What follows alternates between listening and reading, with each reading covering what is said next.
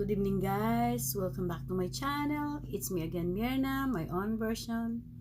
Andito ako sa kwarto namin ngayon. Nakaupo ako habang nanonood ako ng mga video ng iba. Kasi ganun ako eh. Tinitingnan ko sa mga comments, nanonood ako, tapos babalikan ko sila. Biglang sumagi sa isip ko yung after the death of my mom. Para akong nalungkot, parang nakakalungkot, parang siyempre, yung mom ko died 74. And sooner or later, tatanda rin tayo, pupunta rin tayo lahat sa ganun. Pero, they're still missing talaga. Parang naisip ko sa sarili ko, parang may kulang pa akong hindi nagagawa. May kulang pa akong hindi nagagawa bukod sa, I never had really a family. I was a single parents. Bukod sa doon, I miss all my siblings. And like, I go to the United States when I was 18 years old. Going to 19 years old, I was my first travel is to New York. I worked there as a babysitter. Ever since then, parang hindi naman masamang tumulong sa pamilya, okay lang naman. Tsaka, maluwag kasi sa dibdib ko rin yung ginagawa ko. Kaya lang, to the point na parang naisip-isip mo, parang there's something missing, parang you need time for yourself, parang nawala na yung time mo para sa sarili mo. Parang simula noong puro lang trabaho hanggang napunta na ako sa ibang lugar. Trabaho din ang ginagawa ko, I support my family financially, especially my mom when she gets sick. Until this month, when she died, I suddenly felt so like I still want to travel even if I'm 56 years old, going to 56 years old. Parang gusto kong may gawin. Parang I want time for myself. I need time for myself to feel like content, kasi sabi nila kontento naman ako sa mga nangyari sa akin. Kontento naman ako, wala naman ako regrets doon. Being a single parents, wala ako, I have no regrets. I just want na mag-spend ng sometimes, especially with my siblings, kasi nung time na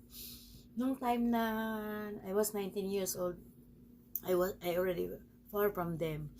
We spent time when we were kids, like not so much because I was with my grandmother. Pero parang yung nung mga panahon na yun, yung mga time na parang hirap na hirap ka. Parang alam mo yung kabataan sa probinsya, parang ang hirap-hirap ng buhay. Ganun. Tapos, parang gusto kong umuwi, gusto kong tumawa kasama yung mga kapatid ko. Parang yun ang gusto kong gawin. Gusto kong may kulang. May kulang talaga. Hindi ko alam kung yun ang hinahanap kong kulang. Pero, hindi ko alam. Parang kasi there is still a missing piece. Kahit na anong sabihin mo, talagang mayroong missing piece.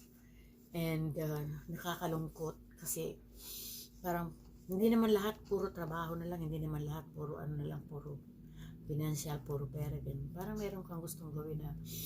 Ako personally, gusto kong umuwi. Gusto kong makasama yung mga kapatid ko. Gusto kong tumawa.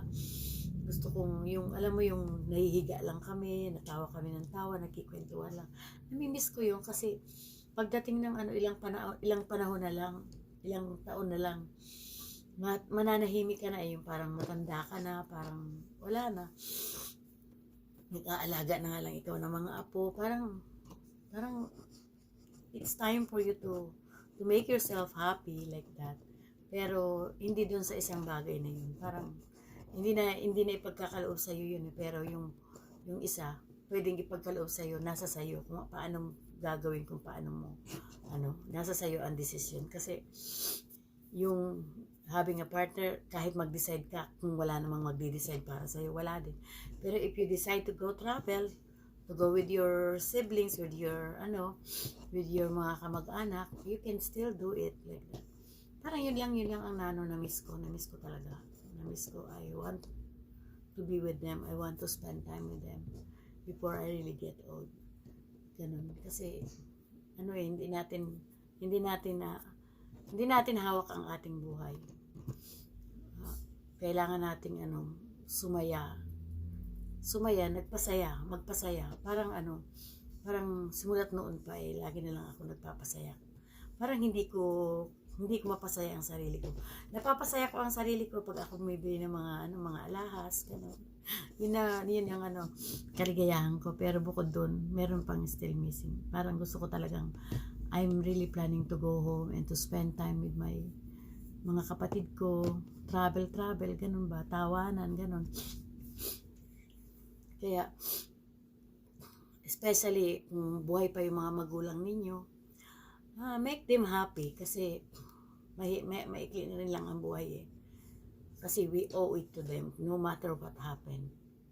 We owe our lives to them. Kaya make them happy and make them, if you can, make them comfortable as you can. Ganun. So, ito lang guys ang gusto kong i-share. Have time for yourself, be happy, and bago man lang tayo tumanda. And salamat sa lahat.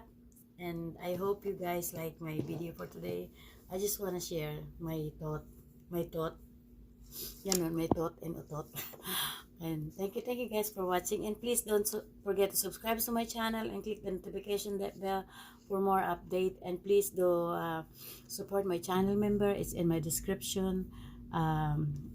Si Lorna Manihani, My Heart, si Home Cook Mom, Irene Gupana, and Tim Sosa Arao, Jocelyn Lakang, Ricardo's Kitchen Vlog, Sanjay Rawat, Osam Ruby, sino pa ba yan? Osam Ruby at saka si Marilyn Anchula, Rasmia Shanay, sino pa ba? Nasaan ang listahan ko? Home Cook Mom, Ricardo's Kitchen Vlog, Tipid Tips by Saudi Boy, Alice Arroyo, and thank you all. Thank you guys. I owe it to you. Thank you.